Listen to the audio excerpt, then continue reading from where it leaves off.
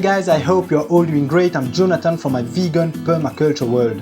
You know, these past few months have been mentally exhausting and challenging for all of us, and I know it's important to be informed of what's happening all around the world, but it's also important to take care of yourself. So what better way to take care of yourself than to spend time with your plants in your garden? I have not been gardening for a long time, but I've already made a lot of mistakes. But I think that mistakes are important if we want to grow and improve our skills. So today I'm going to tell you 5 easy yet effective gardening hacks that will help you have beautiful harvests. These are the kind of things I would have liked to learn earlier, so I hope this will help you. And if you're new here, don't forget to subscribe to the channel to grow the Earth Healers community and click the notification bell to be informed of future uploads. So are you guys ready to learn the 5 gardening hacks? Let's go! Number 1. How to harvest lettuce to increase your yield. Who does not like lettuce? If any of you have reasons to not like lettuce, speak now or forever hold your peace. Despite never being the main dish, lettuce is always welcome on the table. It provides calcium, potassium and vitamin B and C. This sounds pretty awesome considering this is just lettuce. Anyway, most varieties mature in 45 to 50 days, but sometimes it's really hard to wait till it's fully grown to harvest. So here's a nice trick for you. Don't dig out the whole lettuce. Harvest some leaves from several lettuces till it makes the equivalent to a whole lettuce. They'll grow back quickly and you can keep doing this 8 to 10 times before harvesting the whole plant.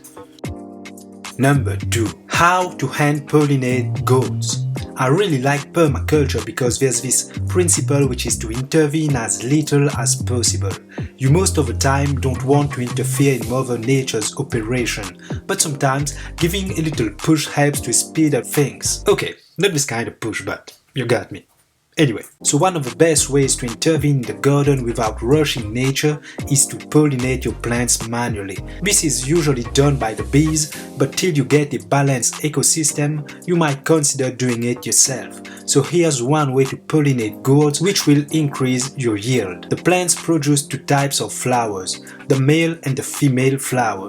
It is very easy to recognize them. The male flower is just a flower with a stem attached. There's no fruit underneath, just a stem. The female flower has a baby fruit attached to it, and we want this fruit to develop and grow into a full-size squash. This is how the pollination comes in. Grab the male flower and remove the petals to expose the anther. Then simply press it against the stigma of the female flowers. Hand pollinating cucumbers, zucchinis and squash results in more fruits per plant and an early harvest. Number 3.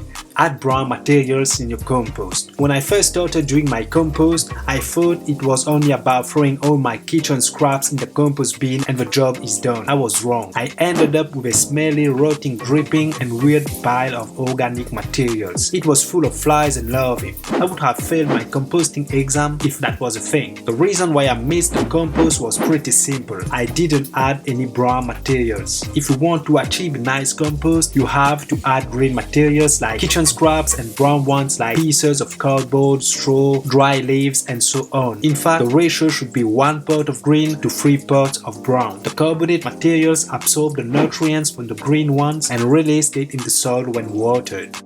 Number 4. How to harden seedlings. When I first started gardening, I noticed that most seedlings died a few days after I put them into the ground. Although there might be several reasons for this to happen, here's one thing that I've learned which completely solved the problem. I failed to harden them off. They were taken from interior to exterior without being prepared to face the outdoor conditions. The process of exposing the seedlings gradually to the sun, wind, fluctuating temperatures, and not being watered as often will make them stronger when you put them into the ground. So 1 week before planting them outside, I make sure to bring them out an hour the first day, 2 hours the next and so on. After a week they are completely acclimatized and ready to be put into the ground.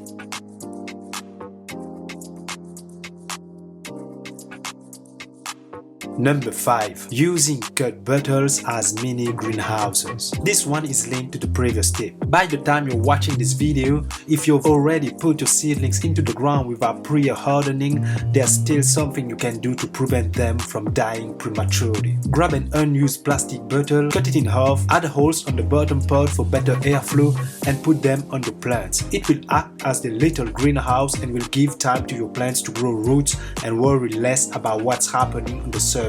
After a few days, you can remove the bottle and let your plants grow nicely. Okay guys, I hope these tips are helpful. Don't forget to like, comment and subscribe to the channel if you found it informative. And if you have more tips and tricks you have learned in your garden, put them in the comments to spread the knowledge. You know, the more we'll be growing our own food, the happier we'll be on the harvest day. Peace.